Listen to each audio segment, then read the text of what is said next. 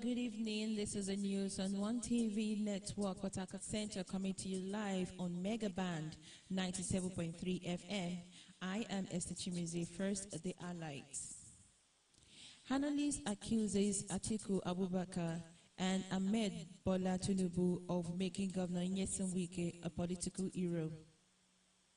National Association of Academic Technologists suspends nationwide strike for 3 months. U.S. court confirms September 21st, 2022 sentence death for Raymond Abbas. Russia claims responsibility for Ukrainian train station strike. The news and details will be right back shortly after this break.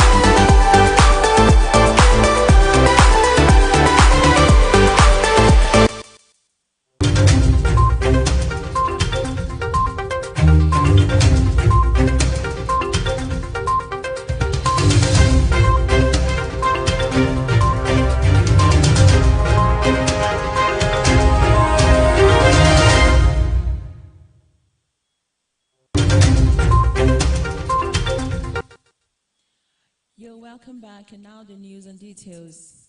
Hamed Bakare, a public commentator, has berated the former Vice President and People's Democratic Party flag bearer, Abubakar Atiku, and the presidential candidate of the All Progressives Congress, Ahmed Bola Tinubu, for making Nyesom Wike a political hero.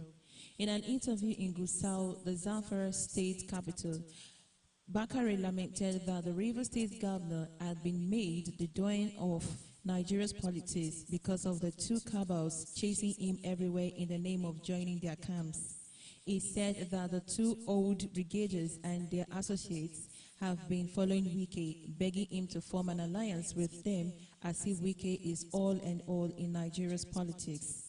Bakare said that the Rivers State governor has been in the news almost daily because they made him so great and so important, saying that both the ruling APC and opposition PDP have internal crises that their presidential candidates are supposed to have settled before chasing Wike around.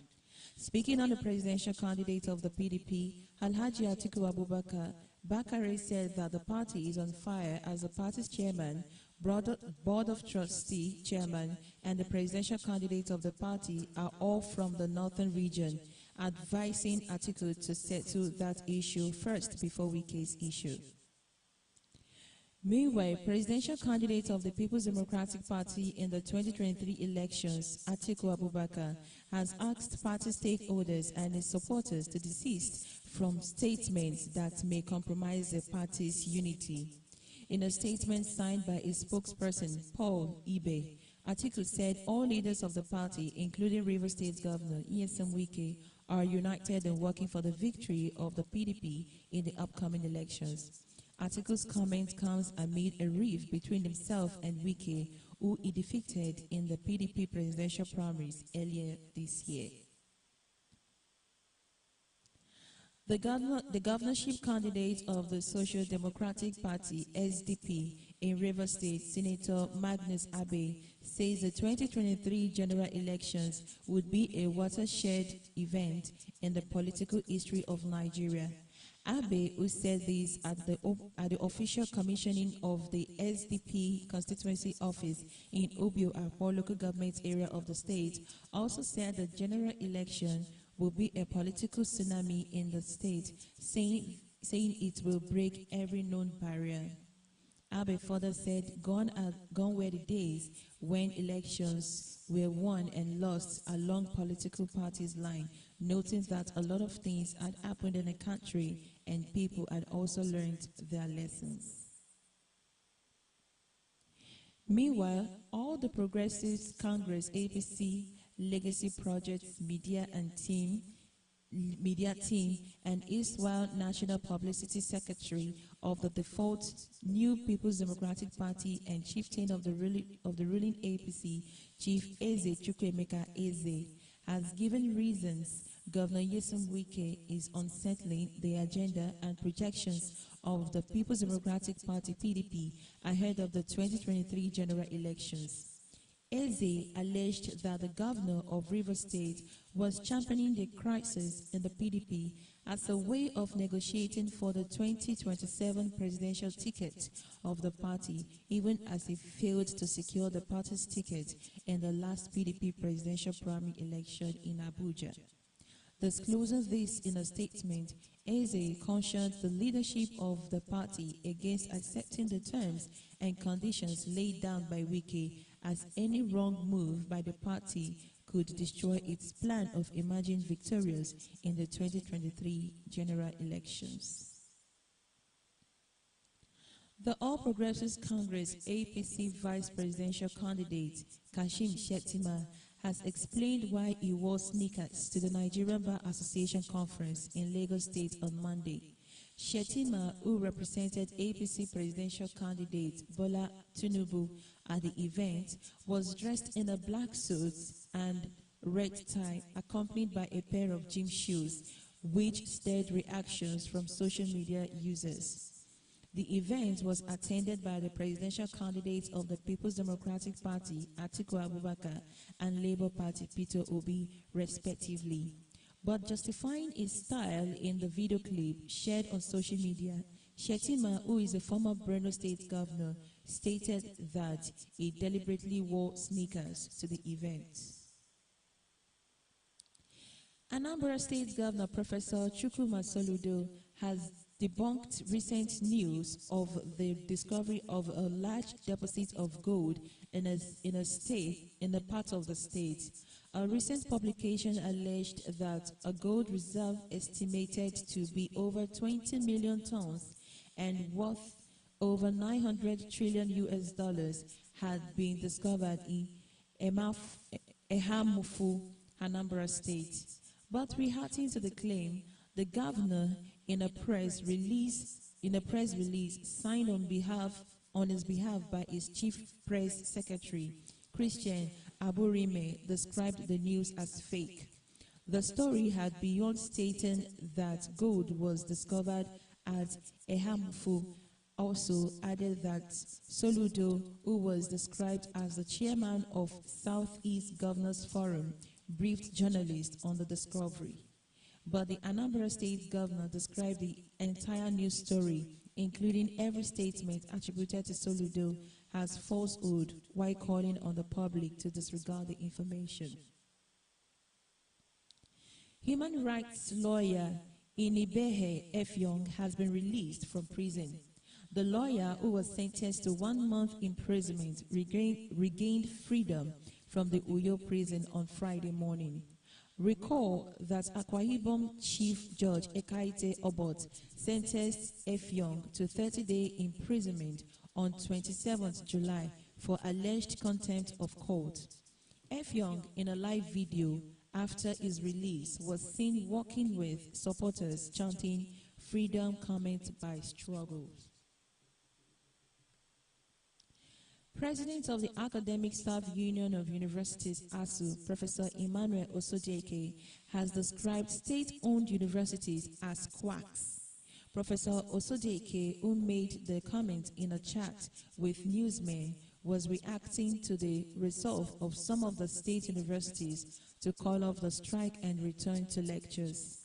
He said the discussion should be about the federal universities, such as the University of Nigeria, Nsukka, University of Abuja, University of Maiduguri, Hamadu Bello University Zaria, among others, which according to him are the real universities in the country. The professor insisted that all those other universities have never been part of ASU and are not counted among the striking ones. The National Union of Academic Technologists, NAT, has suspended its nationwide strike for 3 months. The action was premised on the earlier suspension of the strike by the Senior Staff Association of Nigerian Universities and the Non-Academic Staff Union of Universities and Aligned Institutions. Ibeji Wokoma, the NAT national president, revealed this while addressing journalists after the National Executive Council meeting of the union in Abuja. Wokoma said NAT had embarked on the strike on 21st March 2022 to press home its demands, which include non-implementation of FGN NAT 2009 agreement, refusal to release enabling circular for the implementation of CONTES 14 and 15 for academic technologists, non-payment of the arrears of earned academic allowances to members, among others. The NAT president disclosed that the union, after its healthy engagement with the government, was able to secure commitment and resolutions on some of its demands, even as it rejected the no work, no pay policy of the federal government.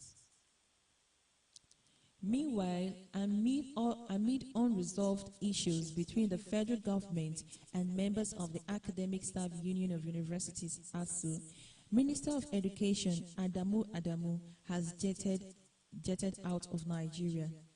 According to reports, Adamu is expected back on September 2nd. He is said to have been mandated by President Muhammadu Buhari to lead talks with a view to resolving the long-term ASU strike. But the minister's trip has further dragged the reconciliation moves by the government without meaningful offers to resolve the strike. Meanwhile, ASU plans to declare an indefinite strike on 29 August, backed by its branches in federal and state universities to escalate an industrial action that began on February 14th after all warnings failed to yield any results. At least two persons were trapped and 3 persons were rescued after a 3-story building collapsed in Kubwa satellite town, Abuja. The building, which was under construction, collapsed at Amza Abdullahi Street off Gado Nasco Road. According to the Nigeria Security and Civil Defense Corps, the incident occurred in the early hours of Friday. While some persons have been rescued with serious injuries and taken to the general hospital, the number of casualties is yet unknown. As of the time of this reporting, security agencies and National Emergency Management Agency officials were on ground trying to rescue those trapped in the rumble. Annoyed by the alarming circulation of illicit herbal intoxicants in Nigeria, the National Agency for Food and Drug Administration and Control, NAFDAC, has commenced a nationwide clampdown on all manufacturers and distributors of herbal preparations laced with high concentrations of tobacco, cocaine, and cannabis. Findings by the agency showed a different trend in the use of such substances laced with a high concentration of tobacco and sometimes cannabis among Nigerians of all genders and age groups, particularly artisans, drivers, Okada riders, etc.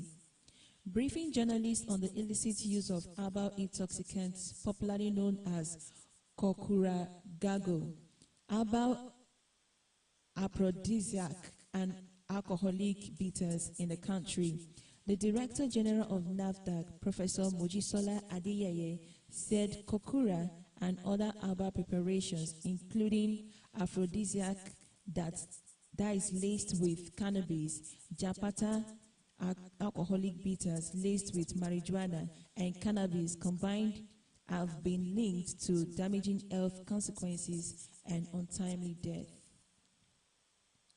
The chairman of the Nigeria Diaspora Commission, Abike Dabiri Erewa, has warned Nigerians not to travel to northern Cyprus. Speaking to State House correspondents in Abuja, Dabiri Erewa said there is little the federal government can do to diplomatically resolve issues in the territory because northern Cyprus is not recognized by the international community except Turkey. The warning comes amid reports many Nigerians are being killed in northern Cyprus. Dabiri Erewa also urged Nigerians in diaspora not to be afraid to invest in the country because of insecurity. While admitting that the country's insecurity challenge is a source of concern, she said it is only temporary because of stiff measures currently employed by the federal government to tackle the situation. She said the commission recorded over $20 billion in diaspora remittance for 2021. The Nigerian Army says security operatives have rescued 3 kidnapped victims in Bini Gwari local government area of Kaduna State. Onyema Nwachukwu, Brigadier General, Director, Army Public Relations, in a statement said the success was recorded by a combined team of the operatives headed by the General Officer commanding 1 Division Nigerian Army, Major General Taurid Lagbaja, accompanied by a team of operational commanders and operatives. According to him, while on an operational comb inspection tour in Kaduna State on Thursday, August 25, 2022, the operatives made a concerted effort to rescue the victims from a group of armed kidnappers in Manini village along Pole Wire Bini Gwari Road, Bini Gwari local government area of Kaduna State. According to him, the kidnappers had adopted the victims and were taken off when they were confronted by the GOC's team, adding that the hot exchange of fire that followed subdued the kidnappers, compelling them to scamper in disarray with gunshot wounds into nearby forests, abandoning their adoptees. He said 2 adult males and elderly women rescued have been conveyed to Kaduna, where they are currently receiving medical attention. The federal government says it sealed 39 industries in 7 states last week for contravening environmental regulations in their various domains.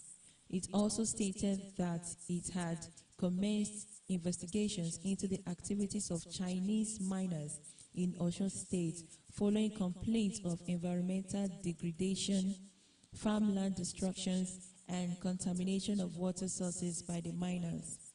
The government disclosed this through the National Environmental Standards and Regulations Enforcement Agency, adding that all culprits will be prosecuted.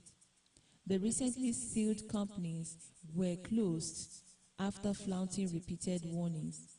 The Director General, NESREA, Professor Aliyu Jauro, told journalists at a press briefing in Abuja that the move by the agencies was to protect the environment in line with its mandate, noting that no environmental offender will be spared. And you are listening to the news on 1TV Network Port Harcourt Center, coming to you live on Megaband 97.3 FM. Still ahead, Russia claims responsibility for Ukrainian train station strike. Stay tuned for the rest of the news. We'll be right back shortly after this break.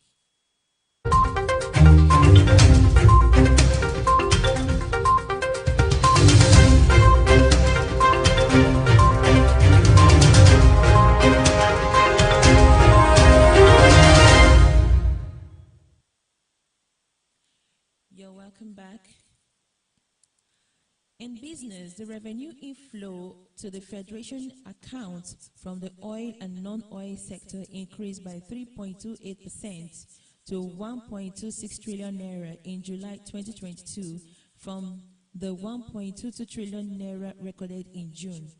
According to the details in the revenue report of the Office of the Accountant General of the Federation, the Nigerian Upstream Petroleum Regulatory Commission ranked in 292.8 billion naira, while the Nigeria Custom made 190.26 billion naira for the month. On taxes, revenue from the oil sector to the Federal Inland Revenue Service amounted to 191.7 billion naira, while the non-oil sector contributed the highest for the month at 444.65 billion naira. For value-added tax, FIRS ranked in 190.26 billion naira, down from 208.15 billion naira recorded in June 2022. Recall that in the first half of 2022, petroleum subsidy claims surpassed oil and gas revenue from crude sales by 210 billion naira. Nigerian insurance industry generated 560 billion naira from businesses written in 2021 financial period.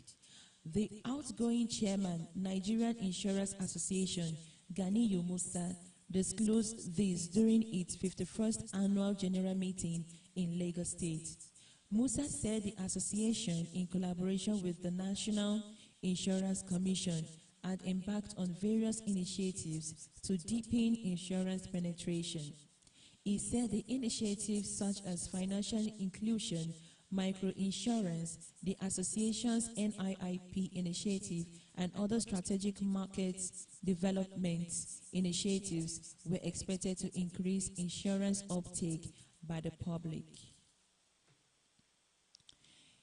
And in the foreign scene, the United States Attorney's Office for Central District of California, Los Angeles, says the September 21st, 2022 sentence date for alleged international internet fraudster Raymond Abbas, popularly known as Hush Puppy, remains unchanged. The court's Director of Media Relations, Tom Mozek, made this known on Friday in response to an email inquiry by newsmen. Asked exactly when 39-year-old Hush Puppy will be sentenced by the court, Mozek said the suspect had long pleaded guilty last year and would be sentenced later this year.